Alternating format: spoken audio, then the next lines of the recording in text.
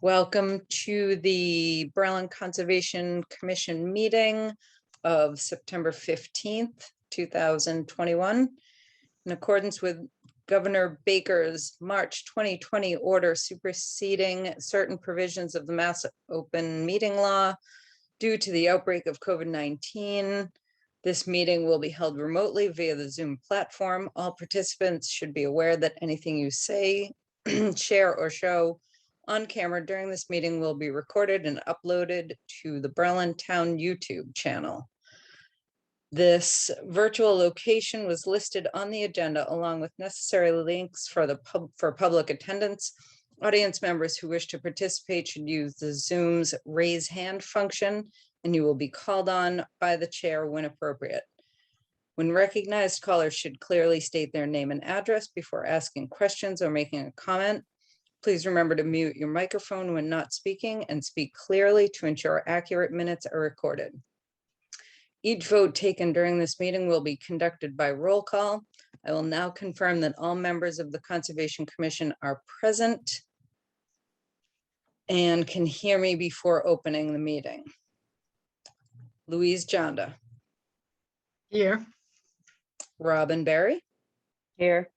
And Holly DiGratola. Yeah. Now call this meeting to order. All right, so that's that. So, should everybody read? Let's do the minutes first. Let's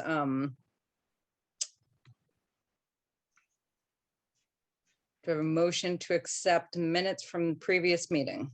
So moved. Do I have a second? I'll second. Uh-oh. All those in favor? Aye. Well, you have to do roll call. Oh, sorry. Right. Holly? Aye. Louise? Aye. Robin? Aye. Carolyn? Aye. All right, minutes are accepted. The next thing I would like to jump to is to vote to accept AJ Moses as our newest Conservation Commission member. I will make the motion if I can. I don't know. Can I make a motion? I'll make the motion. All right. Do I have to, I'll motion to accept AJ as a new member. Second. Is that enough? Yeah. All those in favor? Oh, Louise. Aye. Holly. Aye. Robin. Aye. Carolyn. Aye. Welcome, AJ. You're muted. Thanks. Yeah.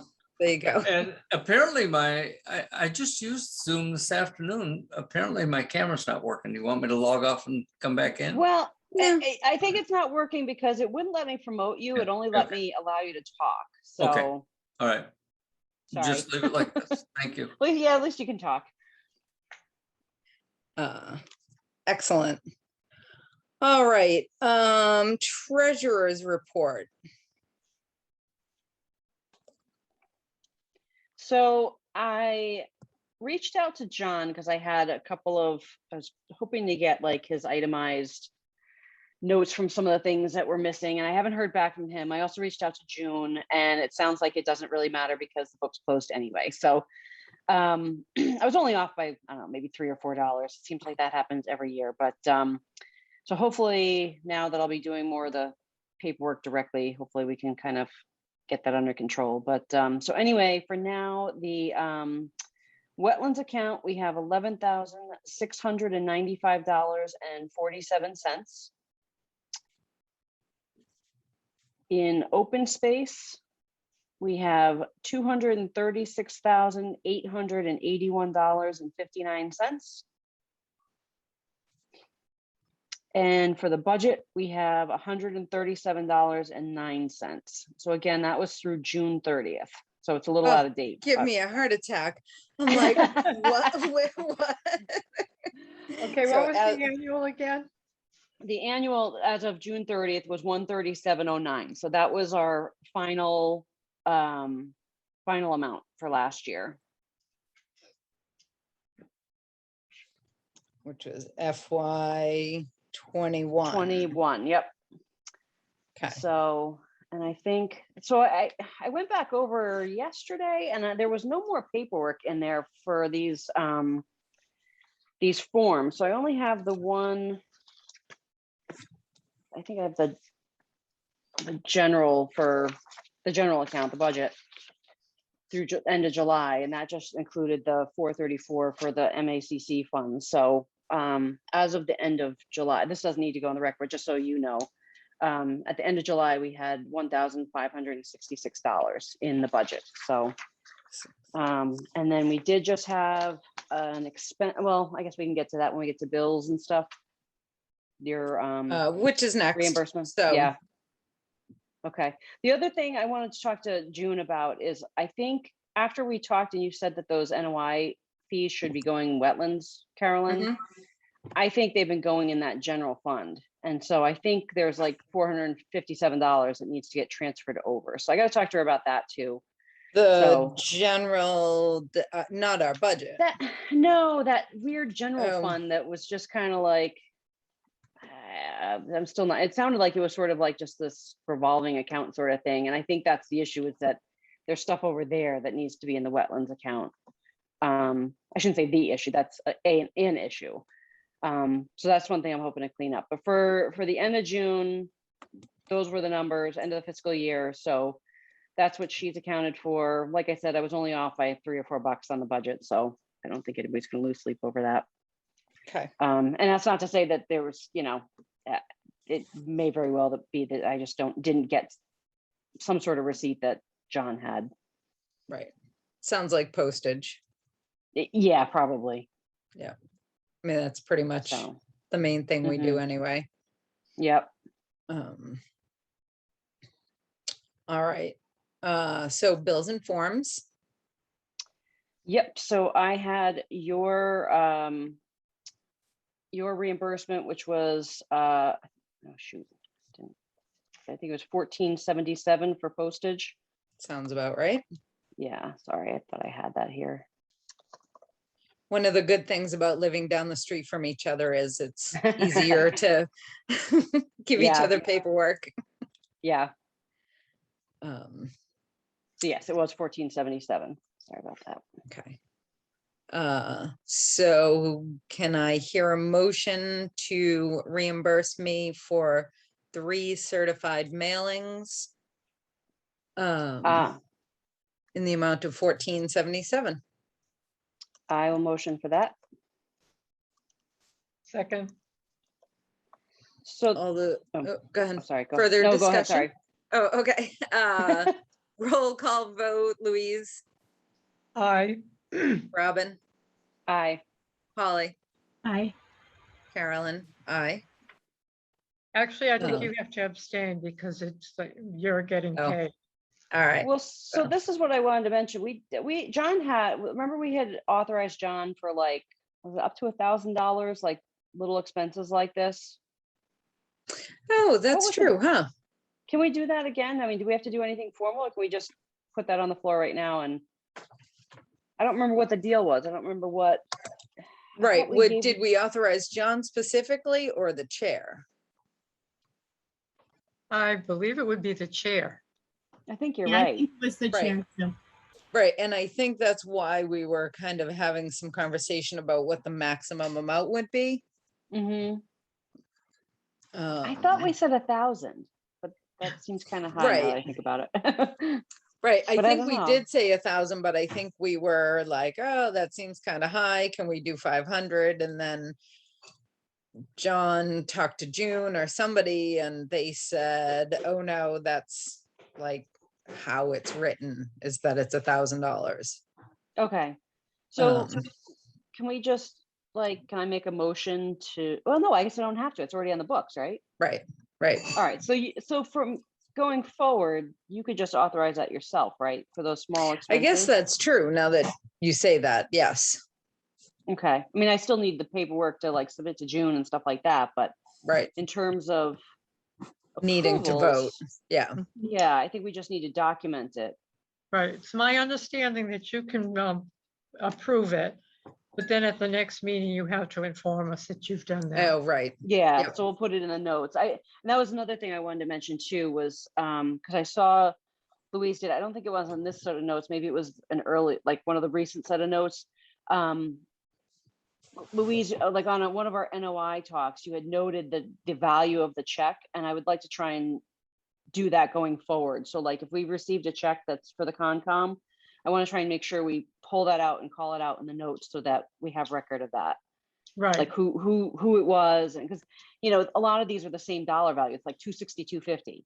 And so, when like since John was doing a lot of the paperwork side because of COVID, I wasn't seeing it, but I'd see that, so I wasn't necessarily putting together 2 and 2 of which ones check went to. So if we can just like put it in our notes that, when we approve it, that we got the check, and just kind of, I want to just have on my notes. I thought he had a spreadsheet going on, but he hasn't responded, so I don't know if I'm going to get anything from him. But it would just be should be helpful. noted, it should be noted in the minutes. So for Yeah. example, when we get to the appointment at 7:30, we should note Mhm. that the check Yep. for the NOI has been Yeah. received. Yeah, and let's put the dollar value in there and everything, just so we have it recorded, because it does make Right. things easier when I can go back and look and see. I mean, hopefully it won't be an issue going forward, but it just doesn't hurt to, Right, put that in writing. Yeah, definitely, totally agree. I think we definitely used to do that. I think, like you said, John was just kind of doing everything Mhm. himself, so it wasn't Mhm. getting mentioned. Yeah, that's the thing. I think with COVID, not everything was, because I tried to go back and look through some of the PDFs that were shared that had, scans of everything, and a lot of stuff we just didn't receive, like it didn't get shared or whatever. So I Right. think we just looked at it during the meeting. So, a lot more stuff has been forwarded lately, and those checks there's usually a scanned copy in there. So Right. that's helpful too. So just thinking about paper trails of trying to keep track of things, it's definitely helpful for me to be able to cross-check things. Yep. Yeah, and I'm definitely trying to share all of the Mhm. stuff so everybody's up to speed. Because that's the other thing, when we would meet in person, it would be easier to just give Yep. everybody a copy or whatever. But Yep. since that's Yeah. not happening That's the that thing. I think way, I think we just fell into some bad practices over the last year of Yeah. COVID, and it's kind of finally coming to a head of realizing like, oh, we really should do this and this, and right, so. right. Excellent. All right. And there was nothing, I checked the mail yesterday also, and there was nothing. There was actually, I left something there for you that had a ton of like a whole Yep. handwritten. yep, so that's under new business. That's from Okay. Skip Duggan. And I believe all of that was also scanned, and I emailed everybody that. Mhm. Today? No, you the know- other day. Okay. Today's Wednesday, maybe Friday, maybe Monday. Okay. I don't remember seeing that one, but that doesn't mean I don't have Yeah. it.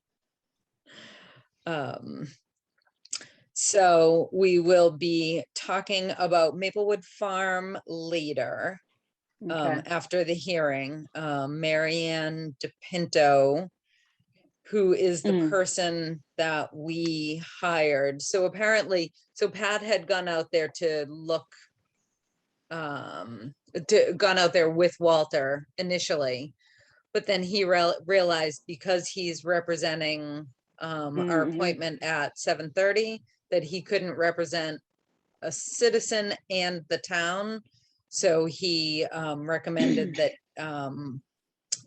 Marianne represent us, and she went out this morning and looked. I believe I forwarded her report to everybody at like 5:30 tonight, because I didn't get it until like 5. Yeah, I did get it. Okay, so we will be discussing that. But I didn't want, we've got 8 minutes, so I didn't want to get into that before our hearing. Okay, Um, yikes. Looking at these pictures. yeah. Okay, oh, so this should be a quick one too, that we can do, skipping down to land management.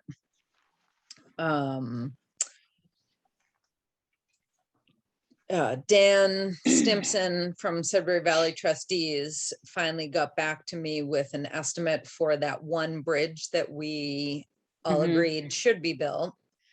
And he estimates it to be like $380 something. So I told him that I would ask for a vote of allowing him to spend up to $400 for the Is this out of our materials. budget or? Yeah, yep. Okay.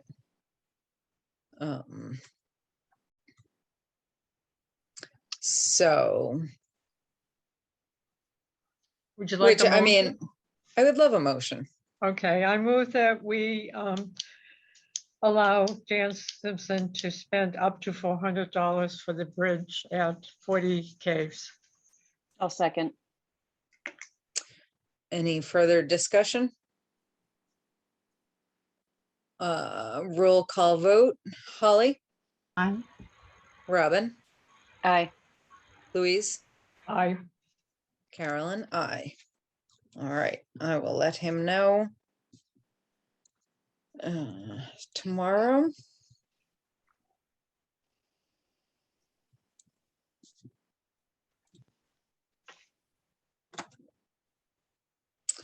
All right, and I see that Pat is here. Yes. Yeah. We, So we still have 6 minutes. okay. Do we have anything else on the agenda that we can chat about? So there's no update on a conservation agent, no update on the parking lot on Linden Street. There is no update on 100 River Road or 36 Dudley Road, but we do have an update on Banner Road. I think we can probably get through that real quick. So Okay. did I send everybody the pictures and the report yesterday from Keith Borum or Borgum? Yeah. I think is how Yeah, it's I'm pretty sure I saw that. right. So AJ and Louise and I went over yesterday afternoon, and it looks like the remediation that they've done, they did a beautiful job. Okay. It's all tight. The wattles are still there. They did ask that we allow them to take the plastic off the wattles so that they will start to deteriorate, and not leave the plastic at the edge of the wetlands. But he is asking that we lift the enforcement order, and I personally am in favor of that. Yeah, these pictures look good. Yeah. Yep.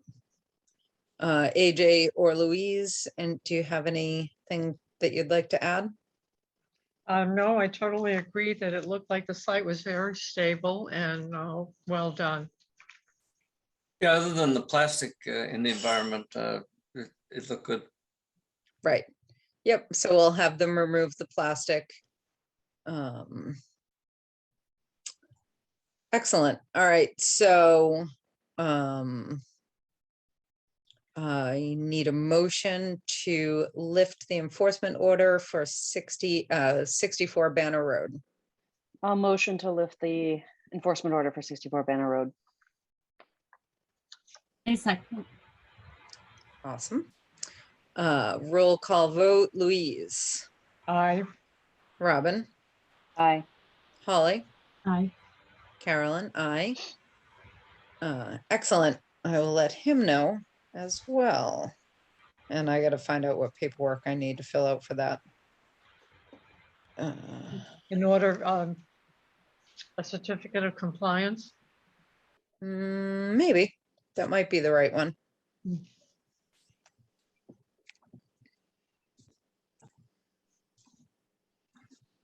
Would that certificate be issued before the plastic's removed? Do we need to do another inspection after that? I can certainly ask him to let us know when it's lifted, when it's removed. Thank you. You're welcome.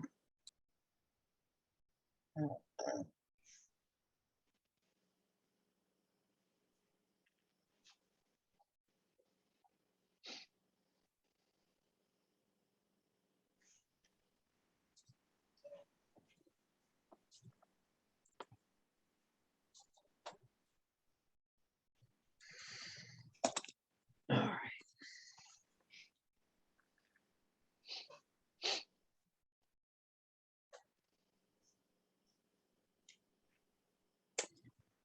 All right, Robin, do you want to promote Pat? I will try. Let's see if it works.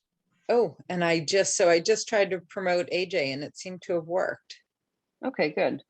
Yeah. So AJ, your camera should work. Theoretically. This is telling me that Pat's going, but it doesn't look like it. I don't know if you want to try on as a host. I can. This is super frustrating. I'm gonna have I to, know. There he I'll- is. Oh, and there's AJ also. Yeah, it seems like Excellent. only you can do it as a host. Okay, that's good to know. Well, you should be, I mean, we're co-hosts. That's That weird. should work. Yeah. Yeah. Usually it does work, but Yeah. All right, Pat, looks like we have about 30 seconds. And I saw the email from the property owner saying he couldn't attend, but that his brother was supposed to attend. You're muted, Pat. Okay, can you hear me now? Yes. Perfect. But I don't see anybody else in the audience, so we'll wait till the required 7:30. Yeah, I had told him to call in at 7:30, so he may literally call in seconds. Okay. If he doesn't, I'd say let's just go ahead without him and we'll hold the hearing. Okay. That sounds good.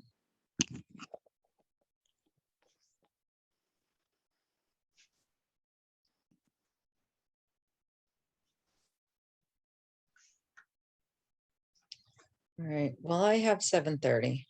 yeah, me too. Mhm.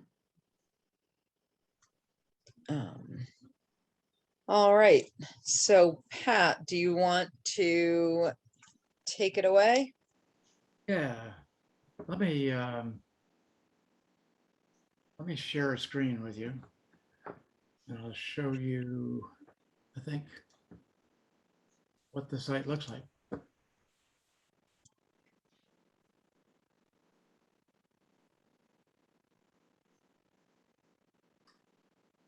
Not what I want Okay, to. while he's doing that, we've received the check for the NOI, correct?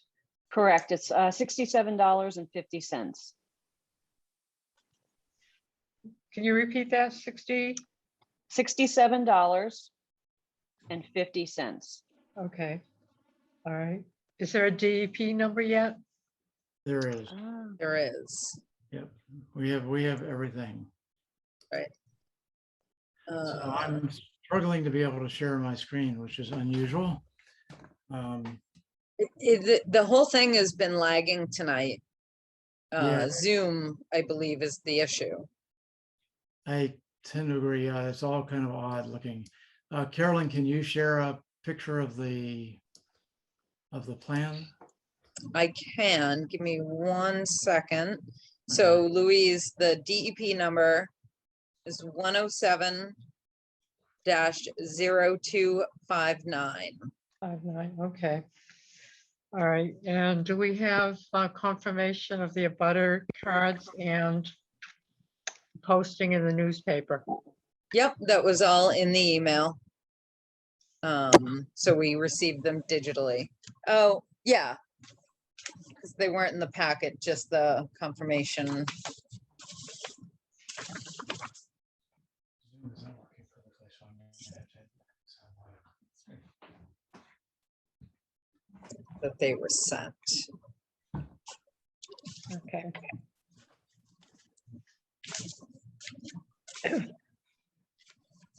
Pat, I actually, I'll tell you now, I stole your, the wording of your notification to abutters because Okay. I think it was fabulous. And a lot of times people ask us how they want it worded.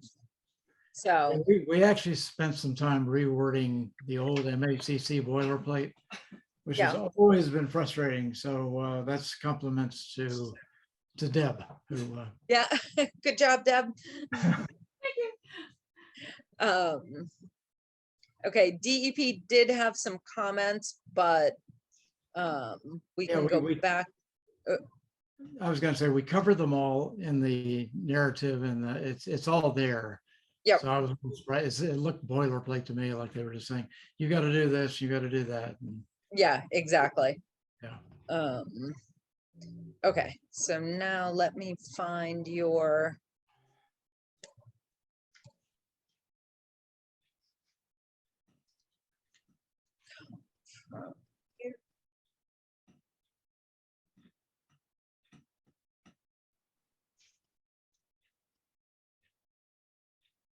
I think it came from Deb, didn't it? I think it did.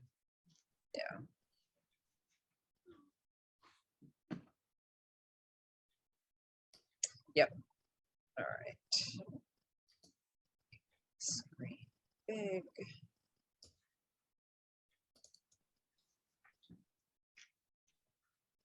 And if you'd like, let me try to.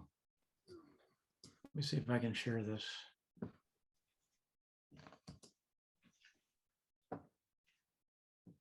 No, not allowing me to. Okay. There it is. I've got it, Carolyn. You've got it? All right, good. If it'll come up.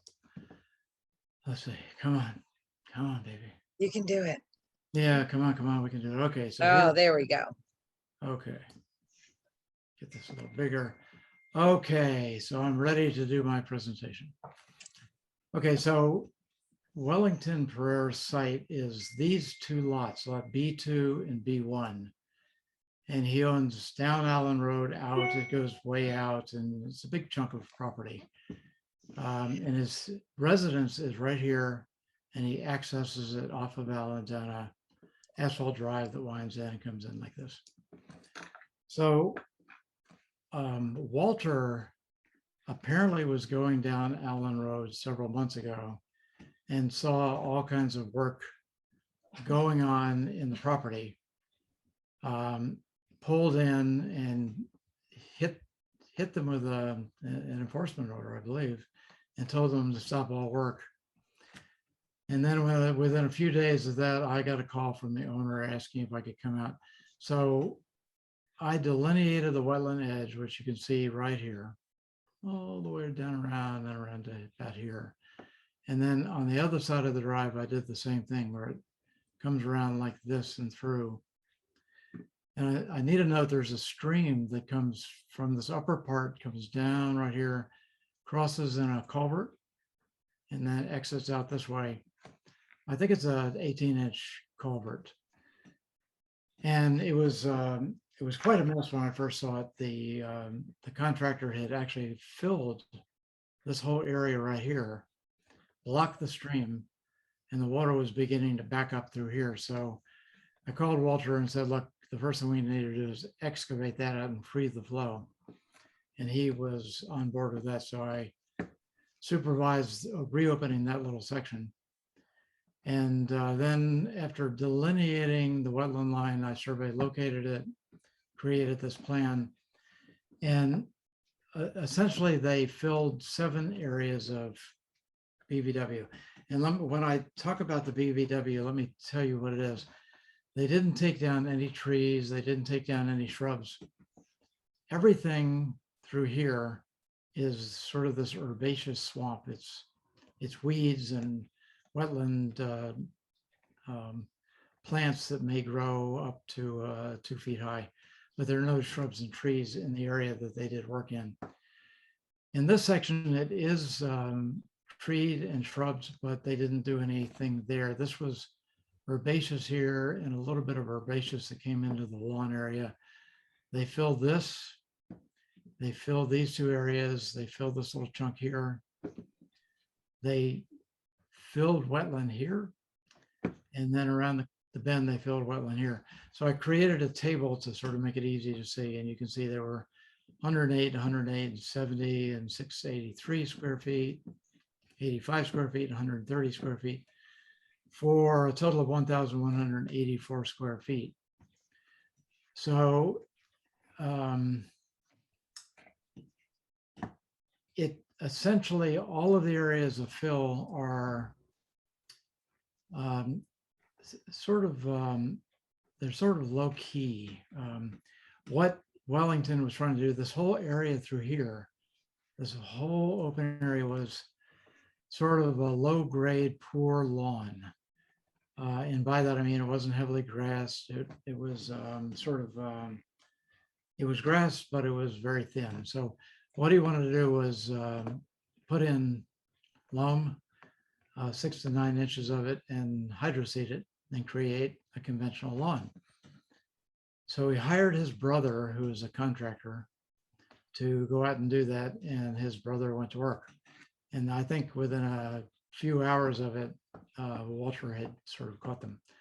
So when I went out there, there was sort of an initial fill that had been put on top of the lawn through this entire area, all the way through here and down in here and up into this area here. It stopped about here, and this area through here was natural. And their intent was to then come in and add loam on top of that and seed it. So they've stopped doing all of that work. And my notice of intent to you, which flowed out of the EO, which required a notice of intent, is basically that a small excavator can pull this fill out almost, probably it's no more than 3 or 4 hours work. And I'm calling for a New England wetland seed mix through here, which is a perfect herbaceous replacement mix through all of these areas. And by next spring, it should be growing again and in pretty good shape. There's no need to plant any shrubs or trees because they didn't do that. Now, all of that being said, I mean, the replication or the restoration is probably a more proper way of putting it, is pretty low key. But I want to draw to your attention because, you know, I helped the commission establish its 25-foot policy, that the work that they've done throughout this open space, this open lawn area, goes right down almost without exception to the edge of the wetland. So there's no 25-foot buffer. There never was, which I think compensates a little bit, because it appears that it had all been the sort of rough, poor quality lawn that went down to the edge of the wetland. And probably it goes back, I'm going to guess, to the original house construction, where they probably you know, opened up the lawn and the landscaping right down to the edge of the wetland there. But you need to be aware that without exception, all the work that's been done so far goes right down to the edge of wetland. And that's sort of what I've got to present. And, you know, obviously I'd be happy to answer any questions.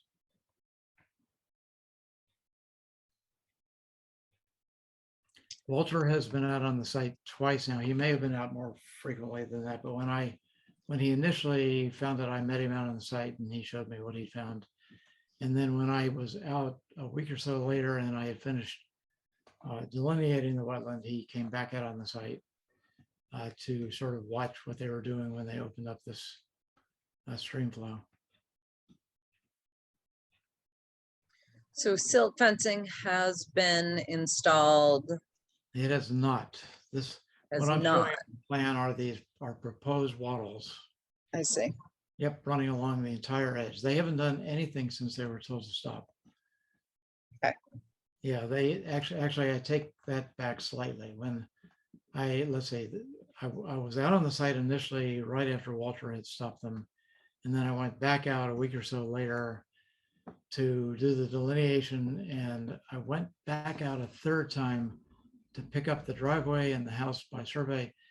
And his brother, the contractor, was doing work right up in this area in the buffer zone. And I, stopped him again and said, you got to stop, no more work, period. Anywhere. And I placed several markers 100 feet outside of the edge of wetland so he'd know where I was. And to my knowledge, that's been the end of it. But the wattles would all be installed once you guys gave it your green light. So what is the scale of this drawing? Like, where would 25 feet be? That is an excellent question. 25 feet would probably be, I'm going to use my, see if I can, a little bit of a marker. I don't think I've got one on this. Maybe I do. I'll try it. Nope. Okay, so 25, this is 100 feet here. So this Quarter. this point would be 50 and 25 would be here. So it would run around and sort of do this kind of a number. Like so, and then over here, it would run around about like that, come back up and come in. So that would be the 25 feet roughly. So with the exception of that pinch point where the driveway is, he could stay 25 feet back. He could. Yep, he certainly could. Yeah. Yeah, but now bear in mind that what he's done to date though, when he was stopped, was, I'm going to call him the contractor rather than his brother. The contractor had come in through this whole site, right up to the edge of the wetlands, almost without exception, and had put in this sort of fill material. It wasn't loam, it was sort of a substrate. Yeah, I saw it. It almost looked clay, but not quite that heavy. Yeah, it's not clay, it's a mix of sort of rounded stone and wood chips. It's great for stopping erosion. It's the same stuff. Yeah, it's the same stuff that was used out at Highland Ridge. So there's some local contractor who's selling this stuff. And so for that, for that reason, it's good stuff. But to grow grass on it, you'd have to obviously add loam. So yeah, when we're talking about a 25-foot zone, I don't know what to recommend because it was this sort of rough, poorly done grass that came down to the edge before he started doing his work. So it's not as if they came in and stripped out trees and shrubs and tore out the 25-foot buffer. They just put this 6 or 9 inches of junk, that may not even be fair to say, this material on top of what has been grass. Right. My concern about allowing the lawn to go to not keep that 25 feet is that they're going to be mowing up to the edge of the wetlands. They're going to be theoretically fertilizing that close. And by keeping it back the 25 feet, it gives that 25-foot buffer to the wetlands, which is kind of our whole reason for even having that policy. Yeah, and I don't disagree with you at all. And I've warned Wellington a couple different times that the conventional request by the commission is just set back all work from the wetland edge by 25 feet. Right. He made a face, but it's not as if he hasn't heard this. Right. I do wish he was able to attend this evening, so that we could have a conversation about that, about why that's important.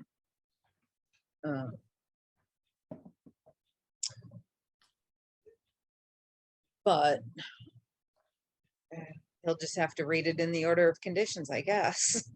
Yeah, I can't help you. He didn't call me or give me Oh. any explanation. He said he had an emergency and Right. Does anybody else have any other opinion about the 25 foot? Oh. Louise? Yeah, I think the 25-foot policy should be kept in, but I also wanted to ask what the date is on the plans. the date is August 8, 2021. Okay. The title of it is Notice of Intent Plan. Pardon? It's titled Notice of Intent Plan.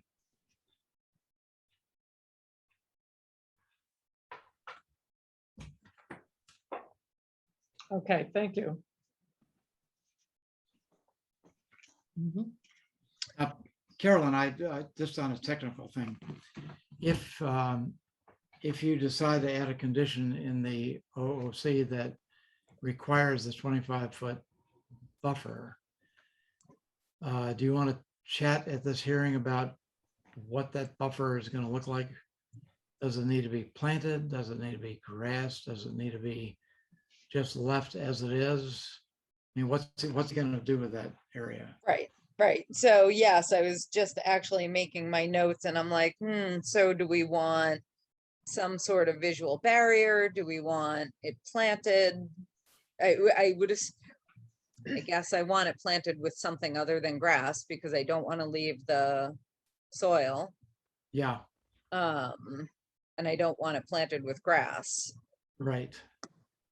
Now, realistically, and I'm not making a pitch one way or the other, it's a lot. If you've been out there, you saw it's a lot of linear footage of area, I guess. Yeah. We're probably talking, well, I can sort of scale it here. We're talking 1, 2, 3, 4, 5, 6, 7, 8, 9. Yeah, we're talking well over 1,000 feet. Yeah. Running, parallel to the wetland edge.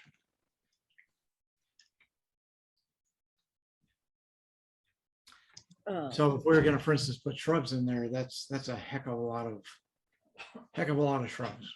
Right. And I mean, I don't need it to be shrubs.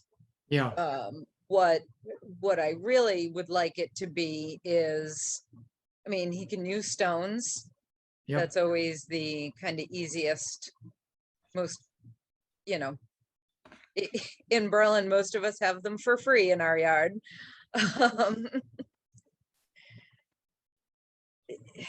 well, and his brother's is the contractor, and contractors Sure. have access to Off- Yeah, often have stones for free as well. yeah, well, we'd have So, to stake the 25-foot boundary for him and then let him treat that in accordance with what you want as a visual barrier. right. And what I may do is just write it that he can decide what the visual barrier is as long as he runs it by us first. Okay. I don't want to tell him how to spend his money. I don't want to tell him how to decorate his yard, but Yeah, that we want. Some sort of a permanent visual barrier. Correct. And let him decide, we can offer suggestions. But let him decide what he wants to put in. And as long as we approve it, approve his final selection, I'm fine with that. Okay.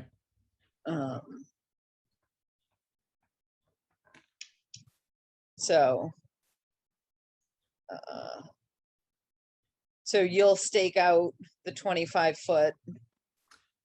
Yep. Setback. What I would suggest as special conditions would be requiring my firm to stake out the 25-foot buffer and requiring us to supervise the restoration and removal of fill from those Sure. lower areas. And I don't think that's heavy lifting because again, it's, although there are 7 areas, they're all pretty small. Right. It shouldn't take a lot of manpower or time to pull out and clean up. But that needs to happen because there's not a real knowledge or recognition of wetlands from his end. Sure. Yep. Uh,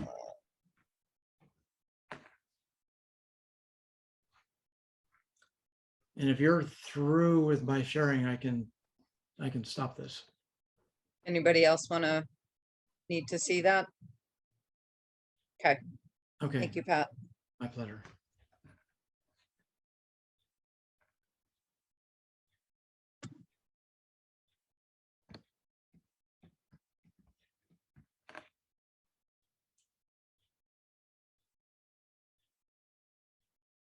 Let's take out. And it will be, honor the 25-foot setback. Trying to figure out how to say, I mean, because obviously at that pinch point, it's not going to be possible to keep Right. 25 feet off. So Maybe, just, maybe what he can do is he could offset the driveway edge by 5 feet where it intersects the 25-foot, something like that, to give him a bit of a shoulder. right, You right, know, we don't want stones or fences or something coming right up to the edge of the driveway. right. But we also don't want him plowing the salt from the driveway directly into the stream. Correct. Um,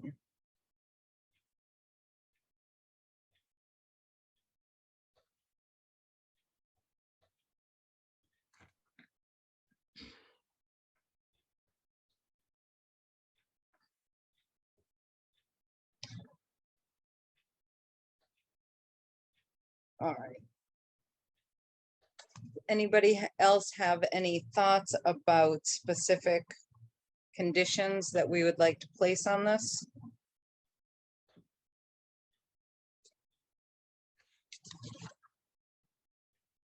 And it will need to be monitored for 2 years, and 75% of the restoration needs to be Flourish.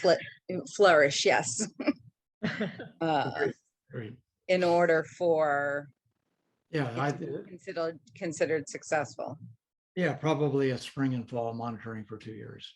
Yep. This should be wildly successful because of the groundwater where they filled is like 6 or 9 inches from, the top of the fill. So you scrape it back, you put the seed down, bang, it's gonna just, Right, just take off. it's gonna take off.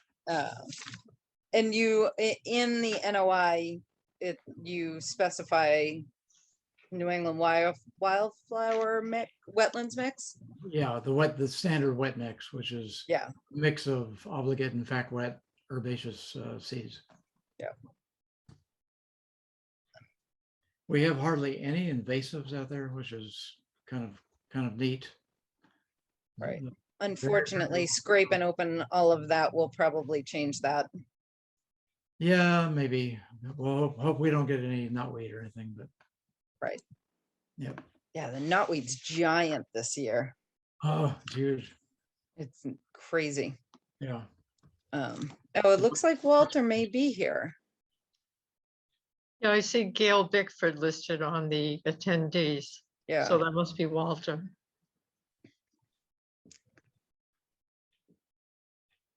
Let's see. See if he finally figured out how to get here. Yeah, it's not letting me promote him. Let me try. Oh. Oh. Mr. Bickford. Yeah, he's muted.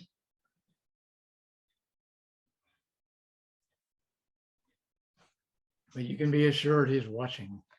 Yes. All right. Walter.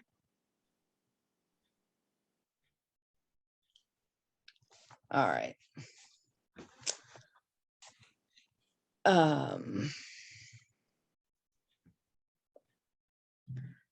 Well,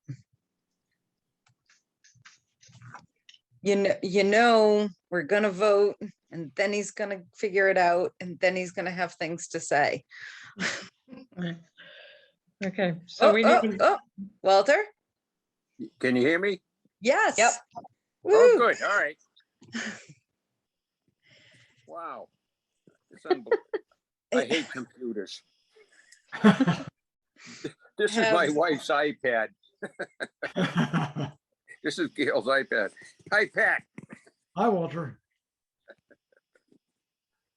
Have you been watching Pat's presentation? No, I just got on. I just was pushing Okay. buttons. I'm on as a citizen, not as a member. I just went through the process to get in the Zoom meeting. And I'm using her iPad. But anyway, go on. Okay, well, I was actually just getting ready to call for a vote, but just to review, over at 28 Allen Road, the biggest thing, other than the standard silt fencing and monitoring, is we're going to require them to leave the 25-foot setback from the wetlands. Mhm. Have them put a visual barrier at the edge of the 25-foot of their choosing, as long as we approve whatever it is that they decide to use. Mhm. At the pinch point where the driveway crosses very close to the stream, really, we're gonna have them leave a 5-foot barrier, 5-foot setback. Yep. And that's about it. Is there anything else you would like to see required in the order of conditions? No, there's a majority of you there, right? Yep. Enough to, but yeah, that's fine with me. Go ahead. Okay, just, Sorry I wasn't in sooner. that's all right. Just wanted to give you the opportunity for some input. Well, if Pat did it, that's 95% of it. So that's all right with me. No All right. comment. All right, well, if nobody has anything else to say, then can I get a motion to approve the notice of intent? I'll So motion to moved. approve. Oh, okay. We also have to close the hearing too, right? Yeah, you should close the hearing first and then have a Yes, motion. to- Okay. yes, sorry. I'm a little rusty at this still. I think we all are. Okay, so you close the meeting? You're closing Close the the meeting? meeting. The Yeah. hearing? Yeah. Okay, Do we have to vote to close the hearing? You do. All right, There's typical motion, closing, vote. yeah, yeah, Yeah. okay. all right. So, Who's, I'll move ahead. to close the hearing. I'll second. roll call vote? Robin, Aye. Holly, Aye. Louise, Aye. Carolyn, I. Okay. Now, Robin moved to accept the NOI, and I don't know who seconded. I don't think anyone did, so I will. Okay. Any further discussion? Hearing none. Holly, Aye. Louise, Aye. Robin, Aye. Carolyn, I. All right.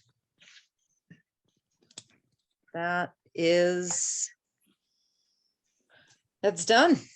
I will get it written up Good. and let you know when I have it written up. Between COVID and, time constraints, it's gonna take a week-ish, if not more, to get all the signatures and everything, so. Okay, I'll advise Wellington and tell him 2 to 3 weeks. Perfect. Sound good? Thank you very Sounds much good. to all of you. Good night. Thank you, Pat. Okay, Good night.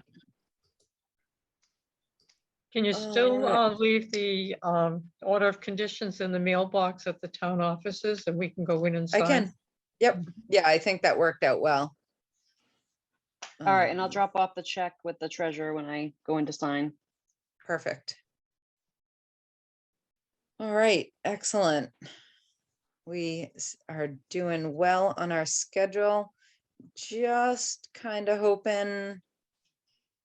I was gonna say, Marianne, Oh, okay. I didn't think we go had much ahead. else. No, I was just gonna say, I didn't think we had much else on the agenda. There's something else? Yeah, mostly Maplewood. And Oh, that's right. Marianne is supposed to be joining us.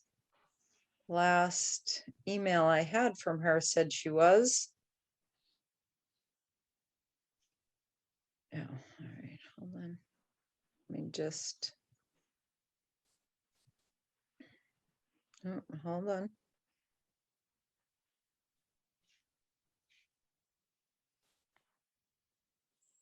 Oh, she did email me. She said, yes. All right, so hold on. She needs a meeting ID.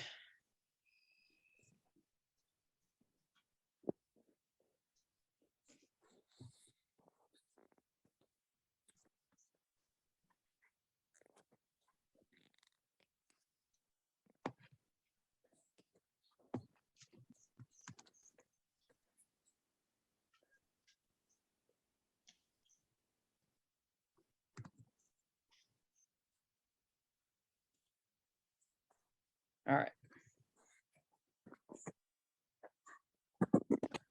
Hopefully that will do the trick and she will be able to get in.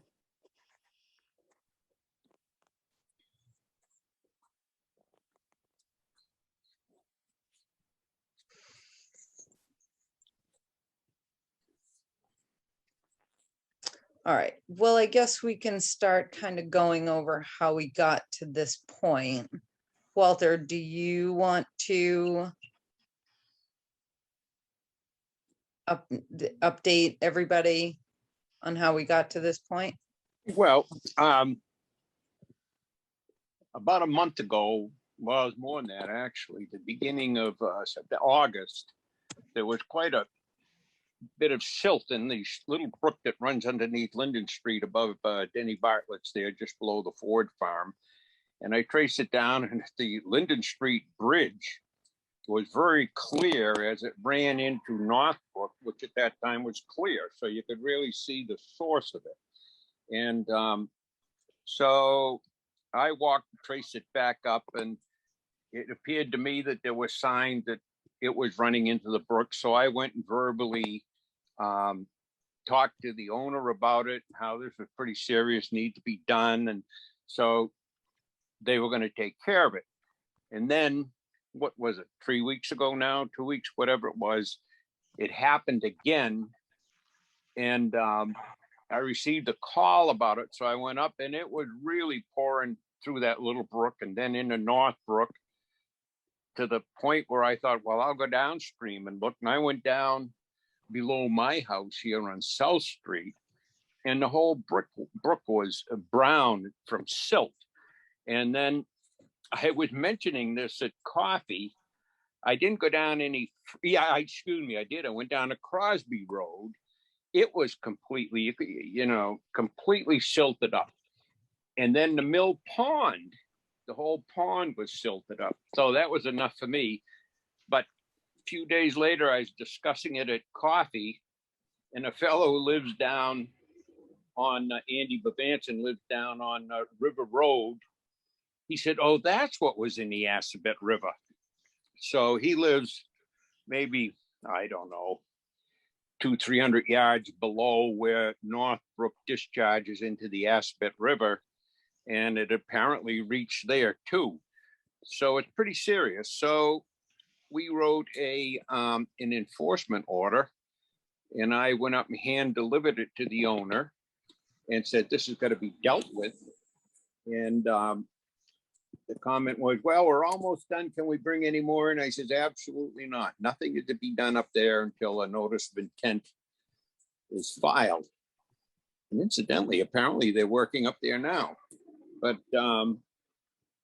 so then the next thing I know, DEP is involved, which is fine with me.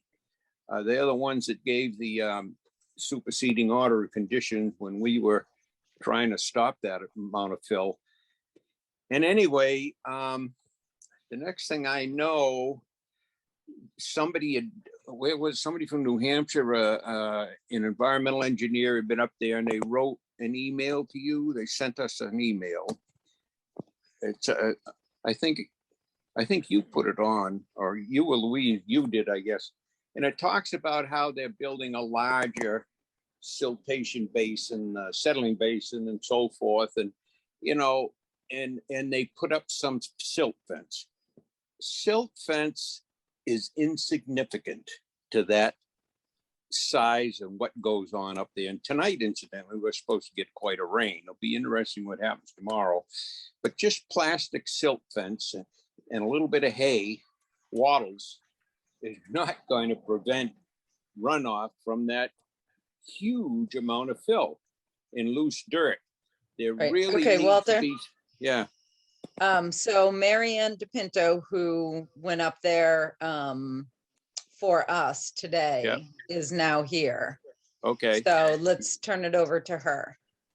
okay. All right, Marianne. Yes, my internet's unstable. We're having quite the thunderstorm here right now, so I had to get rid of my video. Can you Okay. hear- Yep, we can hear you just fine. And we even saw Okay. you for a minute. Then I was getting every other word from Walter. Anyway, I agree that silt fence isn't sufficient. And what I did see out there today is essentially what Ecotech proposed and basically told them to do,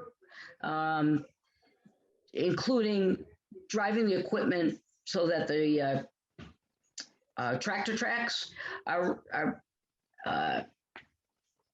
cross the slope instead of running. Well, they run the equipment up and down the slope to kind of like create this rippling effect to prevent gullying and rills from forming. They have created sedimentation ponds. I asked them to put in a new one today as well. They've created a trench that runs the limit of the disturbed area, even though right above it is a vegetated area. They installed a trench. They have hired the company in Oxford, Hydrograss Technologies. They're using flocculant to remove the fines from the soils that are, they've got that one big, eventually permanent stormwater basin. It is totally turbid right now because the clay and silt particles that are in it are just not settling out. But what they're doing is pumping out of that basin into a barrel with flock logs in it, and the turbulence within the bucket, the particles become sticky from the flocculant, and then it overflows the barrel, and then is directed through numerous erosion controls. And so the particles, because they're sticky, will stick to the silt fencing, the straw wattles. There's upland vegetation between where they're doing this and the erosion control barrier. They've reduced the size of the area that runs off to any one place. So they've essentially cut the upper part of the hill off and diverted it to one basin, and another part of the hill goes to another basin. Of course, I'm talking with my hands right now, but you can't see that. And I also said to them, the minute you get a significant rainfall, I want you out there seeing where of course it's dark right now, but I want to see where the water's going, see where the weak points are. It does not appear, I don't know when the last significant storm event was. I was on vacation, that there has been no new impacts from my understanding, but I don't know if there's been a sufficient rainfall to determine that. What else did I put in that report? I think really just your recommendation. Yeah,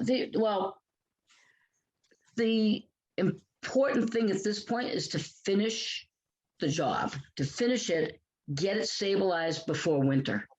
Um, whatever that entails.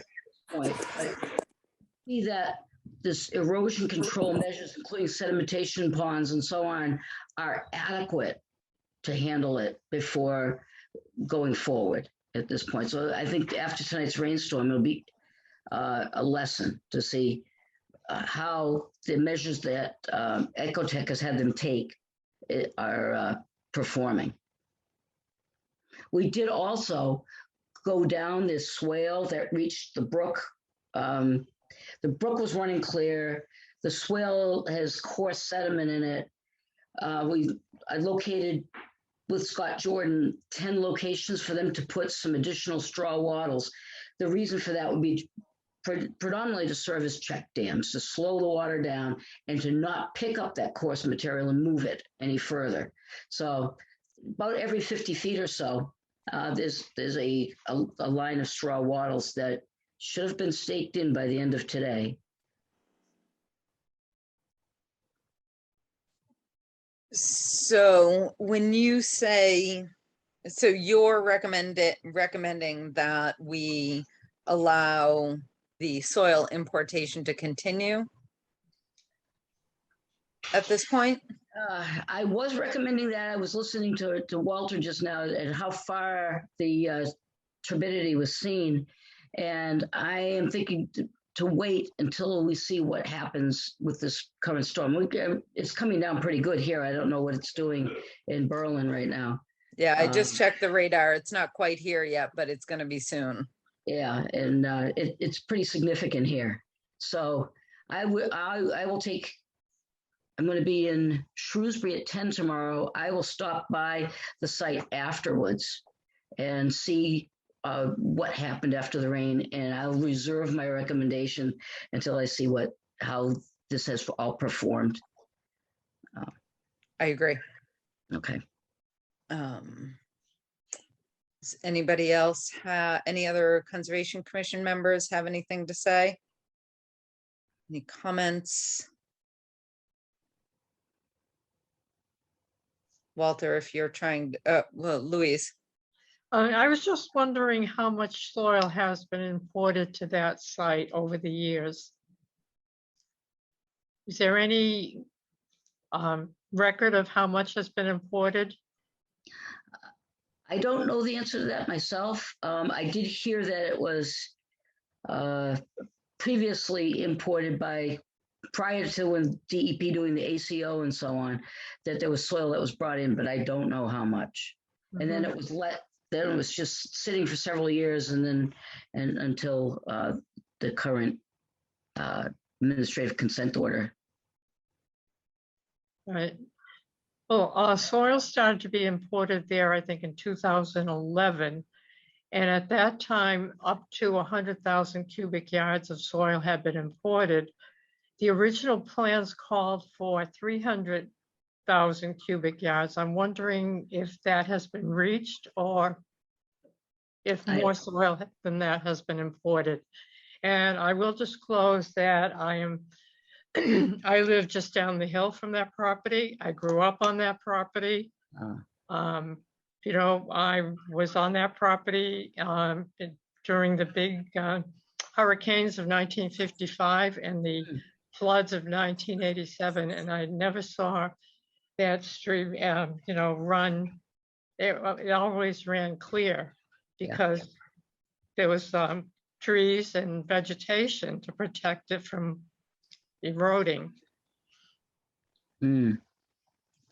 I'm wondering if they should also employ some flock logs in that swale. It begins as an upland swale and then eventually becomes, you know, has a bordering vegetative wetland around it before it hits the bigger brook at the bottom of the hill.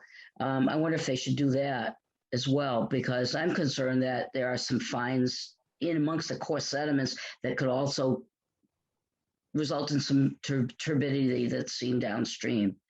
Now,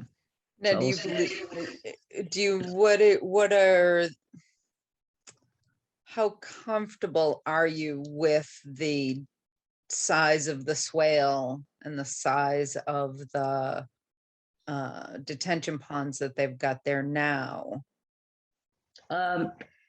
They said that they would have to dewater them if they got a 4-inch or more rainstorm. Okay, They would have to, they took one of the ponds down halfway, preparing for tonight's rain. If there was going to be hurricane rains coming through, they would have to dewater it further, but they were concerned about sucking up so much of the bottom sediments. They did dredge it a bit, and there's a pile of dredge material there as well to deepen it. okay. Yeah. All right, we do have, so the property owner is in the audience, and I'm going to allow her to talk. Tamara, go ahead.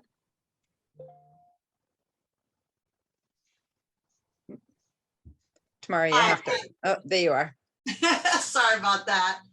I think that's great that we're gonna watch to see what happens tonight. To see, you know, how the measures that have been put in place over the last 3 days come to fruition.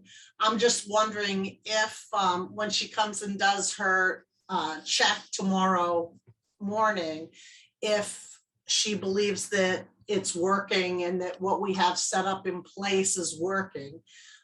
Do we have the permission to continue at this point, or where are we at? Because it seems like with winter coming, we really need to get this as settled as possible, because this is loose soil that we need to get in place.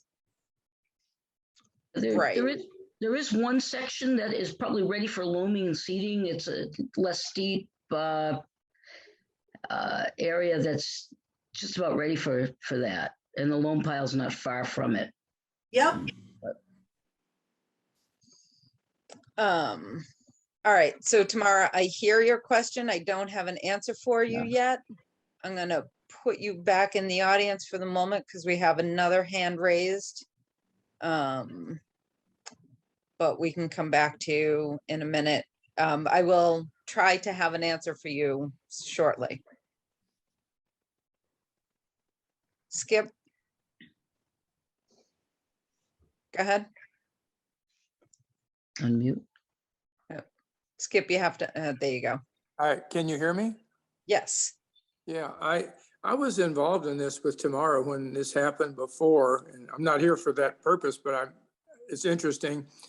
The issue is whatever they've got now that will hold the soils that are there doesn't mean that it's adequate when more dirt continues to come in. Every day I go down Ball Hill and these trucks are coming in. I walk my bird dog every morning. I pass 4 or 5 trucks every morning.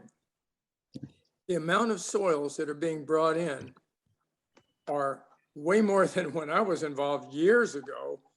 And when they're bringing these soils in, I believe that they're bringing more dirt in than the existing or even short-term fixes can adequately handle regardless of the rainfall.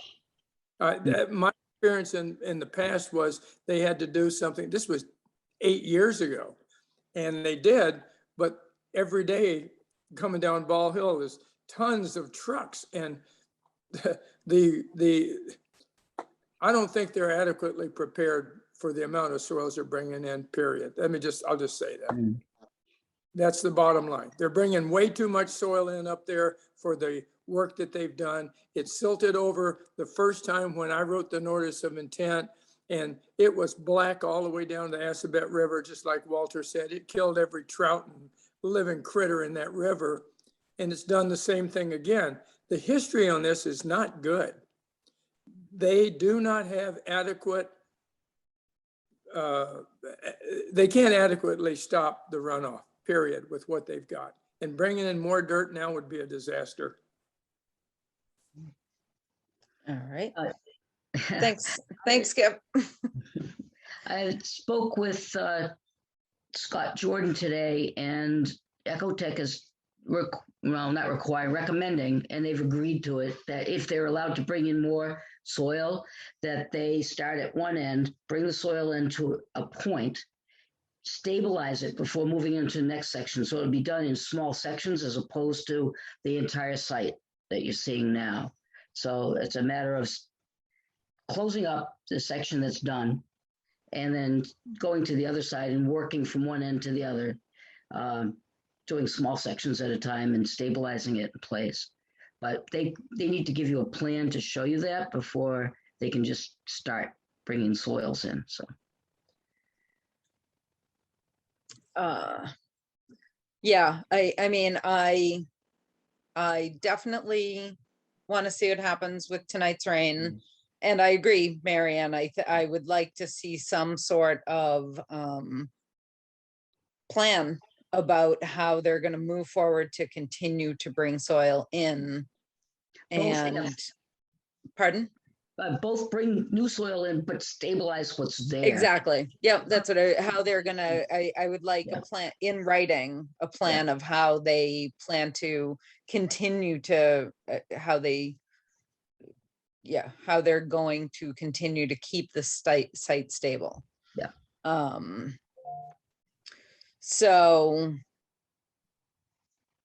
So I guess, Tamara, to answer your question, I don't know that we can give that permission tonight. I think I think there's too many questions still in the air. And I know that's not the answer you want to hear. But I think it's the most prudent. Hi, am I back? Yep. Okay, great. I just wanted to state, in talking about what Skip's concerns were, we basically haven't done anything in 8 years, and the site has stayed nice and stable for those 8 years. We are now, for the last year, have been back importing again. And obviously, as you bring in new soils, you have, you're opening yourself up to exactly what just happened with all the rain we've had this year, which has been immense. The good news is we're hoping that, a year from now, we're not even having any conversations with any of you anymore because it will be totally finished. And hoping that it happens even quicker than that. We are very interested in making sure that we get the grass growing now as soon as possible so that we can help stabilize the site. Leaving it open it just makes it worse, and it doesn't allow us to finish it and to control, what could be going on. I mean, everybody that we've spoken to, including the DEP representatives, have suggested to us that we need to try to do it as quickly as possible. And the longer it takes, the harder it is to control. Yep, I agree. I hear what you're saying, but at the same time, if this was next week and you had one more week to work on, we had this storm, we had a written plan about how we're going to move forward from here. I think it's just a little bit too soon for me to comfortably say, absolutely, you can start bringing soils in again. There's just there's a little too much unknown at this point. I understand that. I understand what you're saying there, but we also we've had 2 professionals come in, examine the site, tell us what to do. We've done everything that we've been told we needed to do in order to continue. And now you're going to put the vote on hold, which means it's going to take that much longer. Yeah, and that is what our professional is advising us to do. So,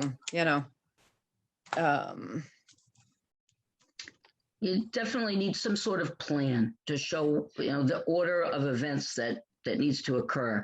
See what happens after this rain, what remedial measures may be needed after the rain. If there are none, then to come back with a plan saying, these are the areas that are ready for permanent stabilization. These are the areas where we're bringing soil in, and the timeline. And the timeline, my understanding is if it were to start up next week, for example, it could be all done by November. They're also going to use a material called bonded fiber matrix, which I have seen in action. It kind of reminds me of, you ever get those ice cream cones where they dip them in chocolate? Well, the surface, it allows water through, but it's a really firm surface and it prevents raindrops from lifting the material. It's got a really strong tackifier in it. So they are going to, areas that don't have vegetation will be sprayed with bonded fiber matrix. But that's all stuff. Okay, but so all we have right now though is somebody saying that is what they're going to do. I really do need a report of the plan moving forward. Yep. Carolyn. Carolyn, I don't know if everybody there knows this, but we actually have monthly inspections from DEP. They have somebody that comes out and inspects the site, and we get a written report on all of the stuff that we have to work on as the project's been going, because every time, as you just were talking about how, maybe it would be good to start at one end and work the way to the other instead of having, multiple areas that are exposed. We actually have somebody telling us what to do directly from DEP, who tells us exactly how we're supposed to be handling our site. And we have done everything they have asked us to do. Madam Chairman. Mr. Bickford.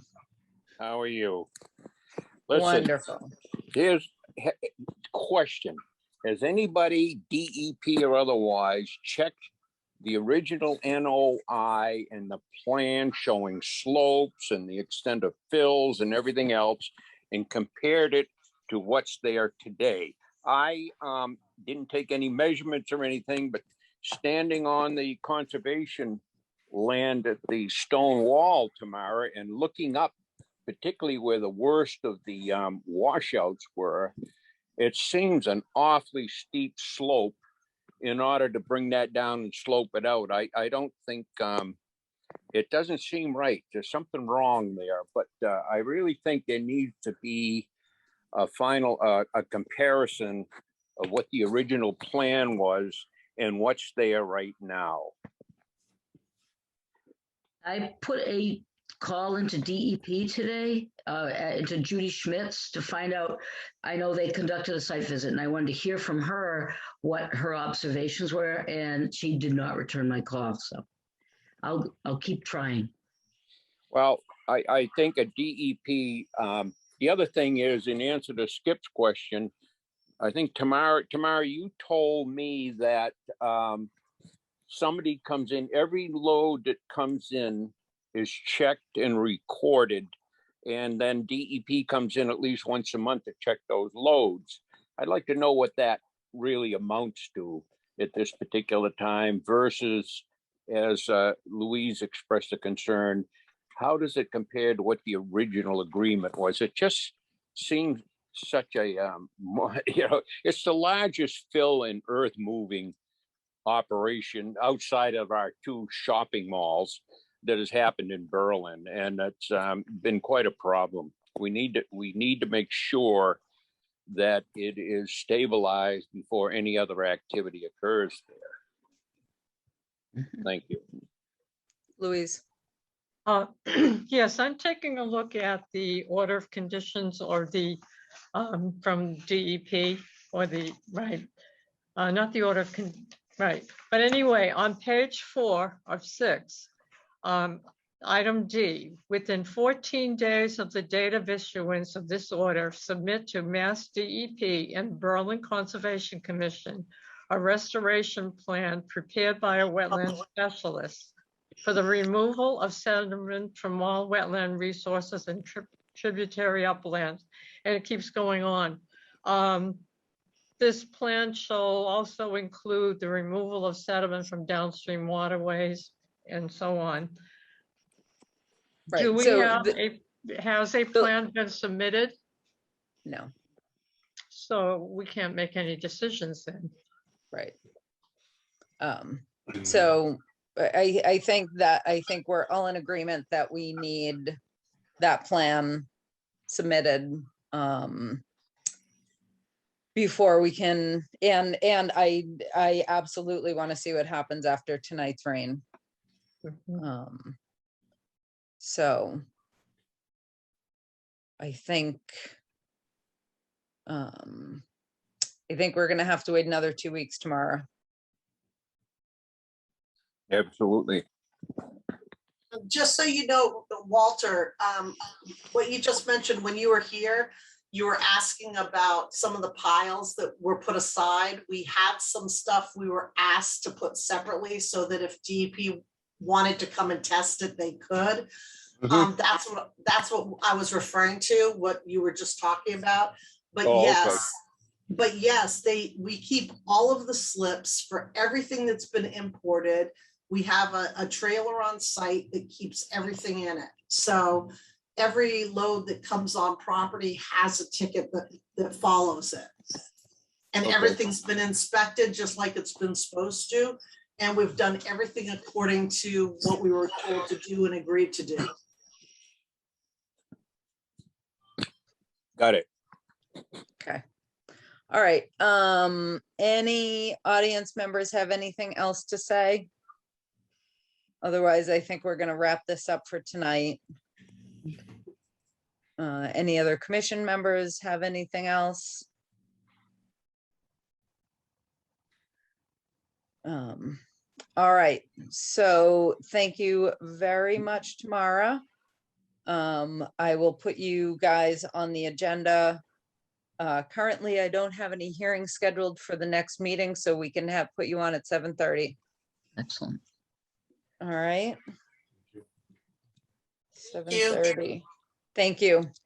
All right. Mary Ann. Yes, So if you will, you said you're gonna go out there tomorrow.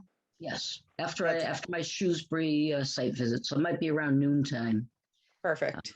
And then, if you think it's necessary, I mean, we obviously still need this report. Yep. So if you will ask for that, I guess. Mm. Yeah, there's two things they need. One is restoration and stabilization and future Right. future work, so that sequence of events that they plan, that they need to submit to you before they can continue. So, Marianne, could you call me ahead of time? I would like to accompany you. okay. Carolyn has my email, and if you want to send me Walter's phone number, that'd be great. Perfect. I can do Okay. that. Rather Excellent. than Right. Yeah. Everybody knows Walter's phone number anyway, but all right, great. So I'm sure if you hear anything, in the meantime, if you've heard of anything that's dramatic that's happened, please contact me immediately, and sure. I'll adjust my schedule if I can. So, okay. Yeah, definitely. And I'm sure we will be in contact many times in the next 2 weeks. Yes. All right. All right. Sounds good. Thank you very much. You're welcome. Good night. Good night. All Do you right, have my- guys. Do you Go have my ahead. cell phone too, Carolyn? I do. I'll carry my cell phone with me. I may be someplace doing something tomorrow. So if she called me ahead of time, I'll rush right over. All right. The cell phone is the one. Okay. I've got, I know I have it. Got to figure out how to work my phone to get it. I'll email it to you. No, I know I have it here. There we go. I got it. All right. I'll email both of those numbers to her Great. and have her give you a call. Okay. Okay. So the last thing is Skip Duggan and Ball Hill Road. There's an issue with a covenant on the property. So Skip, you are up again. Okay, great. Okay. Can you hear Sorry me? for the delay. The Maplewood thing trumps that. Sorry. Maplewood is very important, and Yeah. I admire what you are doing because they're bringing in so much dirt. Their experts don't make preparations to stop the runoff of all that dirt they're bringing in, pure and simple. So, Yeah. yeah, that's the bottom line. Anyway, first of all, thank you for allowing me to have the time with the Conservation Commission. I respect what you do, and after all the years I did what you're doing, I admire what you're doing, and it's nothing more important than saving the environmental nature of Berlin. So thank you very much for the time. The reason that I wanted to take a minute to talk to the Conservation Commission is when Ball Hill Road was being developed by Chuck Black and Kendall Holmes, he submitted multiple plans to the zoning board and the planning board. And there was a lot of interaction with the Conservation Commission that resulted in something that was really great, which was a wrapper of conservation land around the 12 houses he built on Ball Hill Road. I'm one of the 5 houses that are not on Ball Hill, but are on the common drive, kind of in the middle of the other houses. My neighbor is proposing to build a 40 by 50 foot barn, which is about 2,000 square feet. And our existing covenant allows, other than the residents, the primary residents, a 150 square foot building to be built like for a pool cabana or for a tool shed. What he's proposing is over 10 times what was allowed by the covenant. And this covenant was presented to the Conservation Commission along with the acreage that was to be preserved. And the reason the covenant was important for conservation purposes is it kept down the amount of impervious surfaces. It limits blacktopping and parking for no more than 3 doors of vehicles. The covenant requires two garage doors for 2 vehicle storage, but no more than 3. My neighbor already has 3, and he's proposing a 40 by 50 foot building and an extended driveway to go to it. So what my basic request for the Conservation Commission is, since this covenant was part of the reason that this was approved, 20 years ago, and the covenant is still valid, I would ask, and I'm appealing that the Concom would contact the other town boards, like the health department and the zoning board and the building inspector, with the opinion that what the neighbor is trying to do is contrary to the covenant, which was done partially for the conservation of the land when it was approved back in 1998. So the bottom line is, what he's doing isn't allowable. The neighbor probably will resist the fact that the covenant is in existence and will want to go build anyway. It may end up in a lawsuit, but I hope not. I've never sued anyone. I don't want to have a lawsuit with my neighbor when I plan to die in this house. So the question is, how is Concom involved? Because there's no wetlands that are directly on my lot or my abutting neighbor's lot. This all flows downhill to Rack Meadow. It all goes, and the reason there's not more houses down there is it's ledgy and you couldn't build there if you want to. And that's why Chuck Black built the houses up there where they are. This all flows to Rack Meadow. Also, there were 2 deer runs on this property. I put conservation restriction on, I have 9 acres here, and I put conservation on 7, a restriction on 7. And I helped Emily Wolf next door. They had almost 20, and we put conservation restriction on about 16 of that. And that abuts the Berlin conservation land that the Conservation Commission got Chuck Black to give to the town when this was built.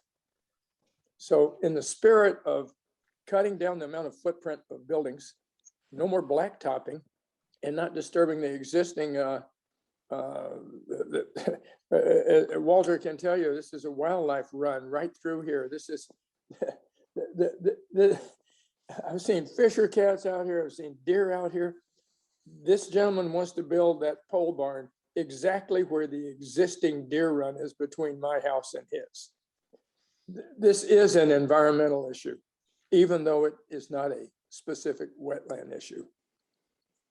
So all I'm asking is a letter of support from the Conservation Commission saying that when the covenant was done, that was taken into consideration for the overall approval of the building when it was done 20 years ago. Madam Chair, Hold on one second, Walter. Skip, is the covenant recorded with the Registry of Deeds? It is, and I sent you a copy of that. It's Yeah. recorded with the Registry of Deeds. And it's, if you look at, there's this section that talks about the fact it lasted for 20 years with Chuck Black and his wife and Kendall Holmes. But after they no longer own one of the lots, which they don't, the covenant gets based on the existing landholders. There are 12 lots, unless the covenant is rescinded or changed every 10 years, it is automatically renewed. So it's valid. Okay, just wanted to clarify that. Yeah, you should have a copy of the covenant. And that's the one that was presented to Concom 20 years ago. Yeah, when he was trying to get approval from Concom to build the lots or build the houses on. Right, and I believe I sent that to everybody the other day. I forwarded that on. Walter, you had a comment? yeah, I got the only, I totally support what Skip is trying to do there, and I agree with him. My only question is who, I don't understand a covenant, I guess. I know what a CR is. The town holds the CR, rather a Conservation Commission, via the Conservation Commission. Who is responsible for enforcing the covenant? Is that the town, or how does that work?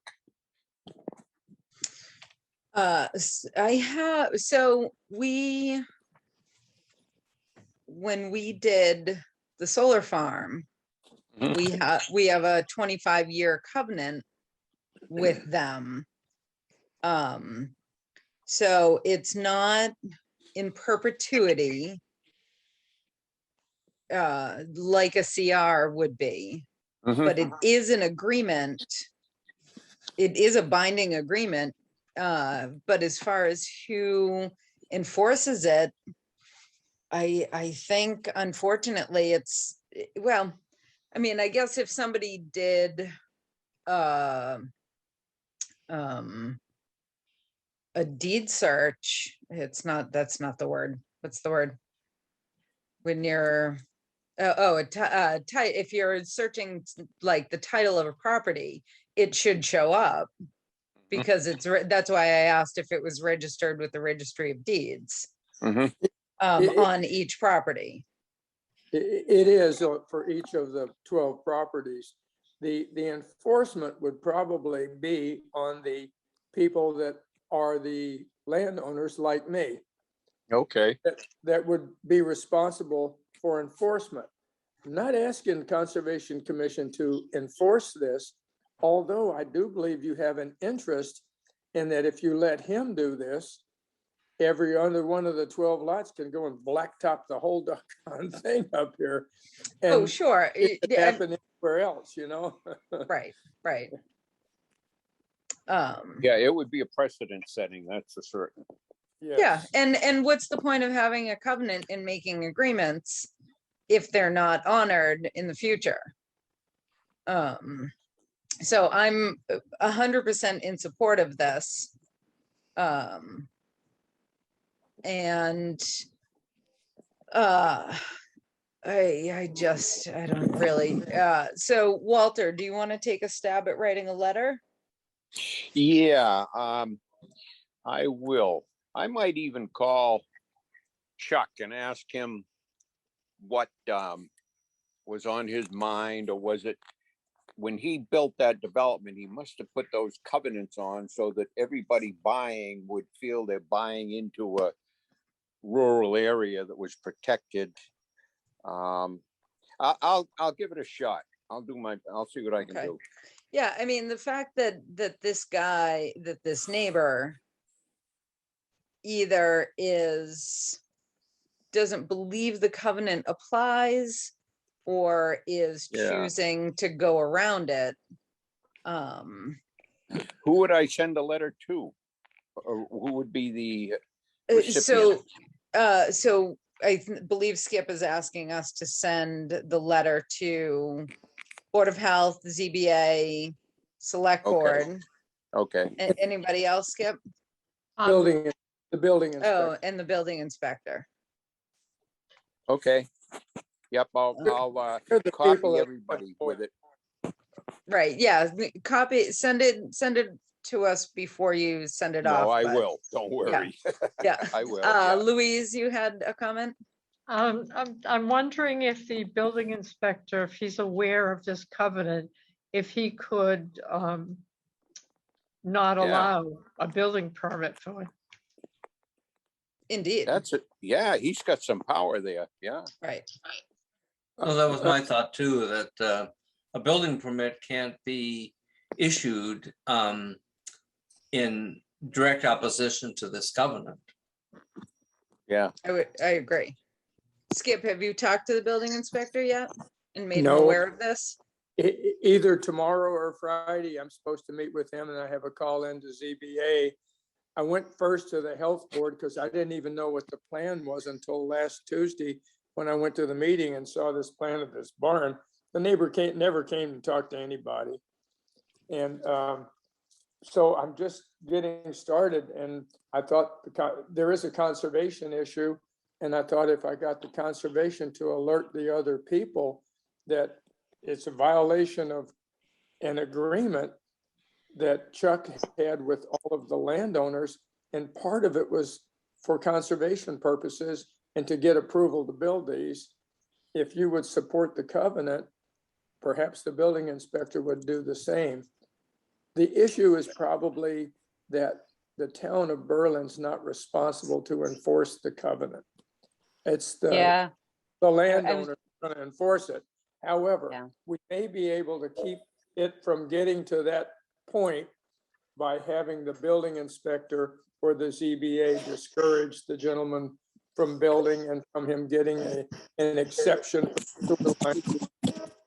to a building that shouldn't be built. So, Right, I guess there shouldn't be any gray area if it is a legally binding document. yes. well, and I was it- just doing some quick research and from what I read really quick, it did say that, if there's no HOA, it is up to the other property owners to enforce it, whether by suing or whatever. So I don't You're know. right. I mean, that's just one reference, but But AJ is right. I think that a town officer or official cannot grant some right in contradiction to something else. I don't think the building is, I would Skip, I'll bet if you talk to the building inspector, you'll find your problem is solved. But if not, I'll be writing a letter anyway. We'll see what we can do.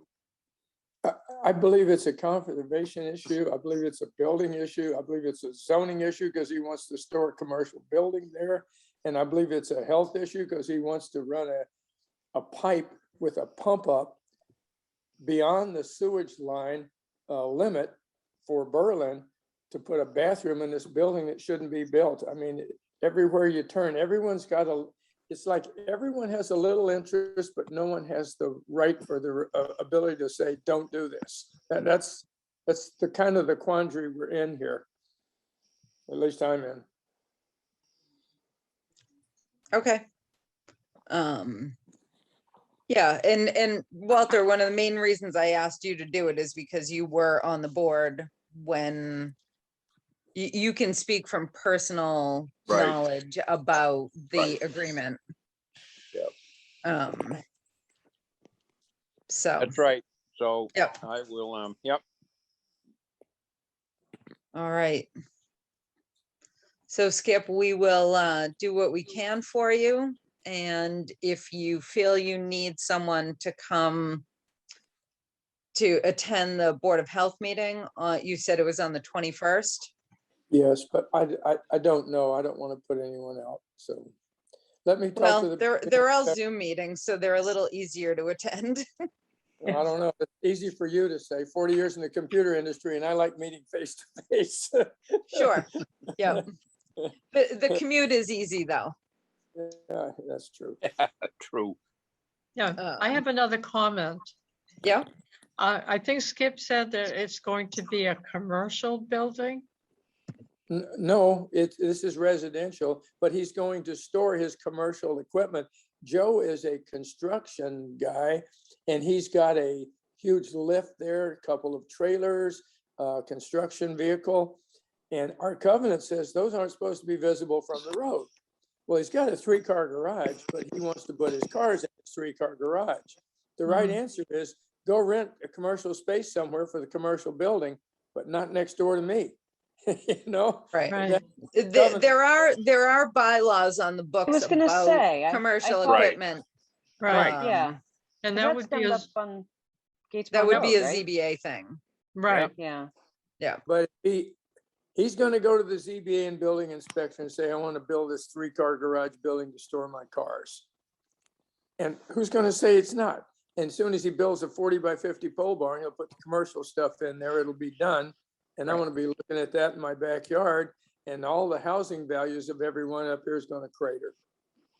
There was that bylaw from the one over here on Gates Pond Road that kind of Right. came Oh, about. I don't remember what it was. There are vehicle weight yeah, limits. like you can't do dump trucks. Right. Like big. And you have to register. I guess I shouldn't. If he's planning on running the business from his property, he would have to register his business Mhm, in town. mhm. So I mean, there's definitely a whole lot of things.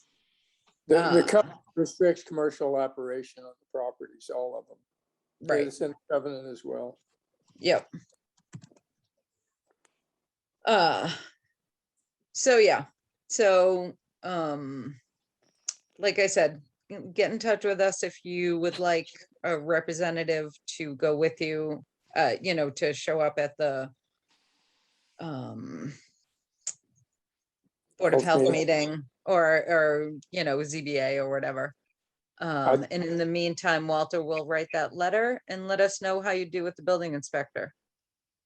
Absolutely, I will. I appreciate you taking the time to consider this. Thank you. Absolutely. Good to see you, Skip. Well, kind of see you. Good to see all of you. For those of you new members who don't know, Skip was chair when I first started on the commission. And yeah, so Skip, you were chair for a long time, weren't you? Yes, and if they would change the tax situation, I could be a Massachusetts resident, I would volunteer again.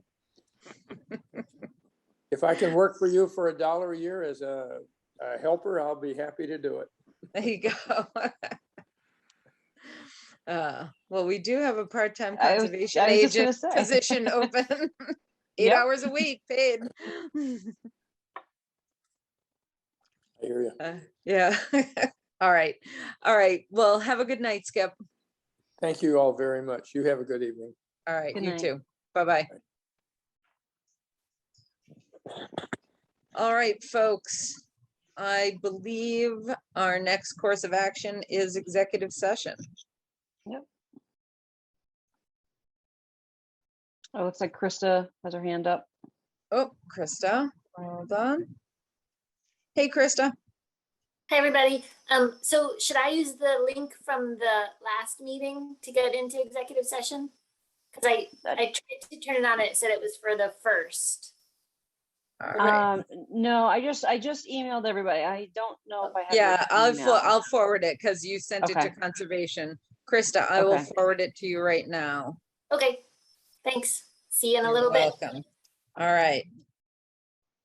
Krista Collins right there. Okay, so first we have to, Louise, remind me of the order we do this in. We have to vote to go into executive session. Without returning back to the regular meeting? Yep, Okay, all right. I'll move to go into I'll set- executive session. Don't we close this meet? No, okay. yeah, we have Yeah, to we vote close- for, Oh. Yeah. I'll second. Okay. Oh, and the stated purpose is to consider right. purchase, exchange, lease, or value of real estate. exactly. So I'll take a roll call vote. Walter, Yes. Polly? Yes. Robin, Yes. Louise, Yes. Carolyn, yes. Did Holly Okay. vote? Yep. Yeah. And now, Robin, you sent the link to AJ as well, correct? Yep. Okay. And now I will take a motion to adjourn this meeting. I'll motion to adjourn this meeting. Second. Roll call vote, Louise, Yes. Robin, Yes. Polly, Yes. Walter, Yes. Carolyn, yes. All right.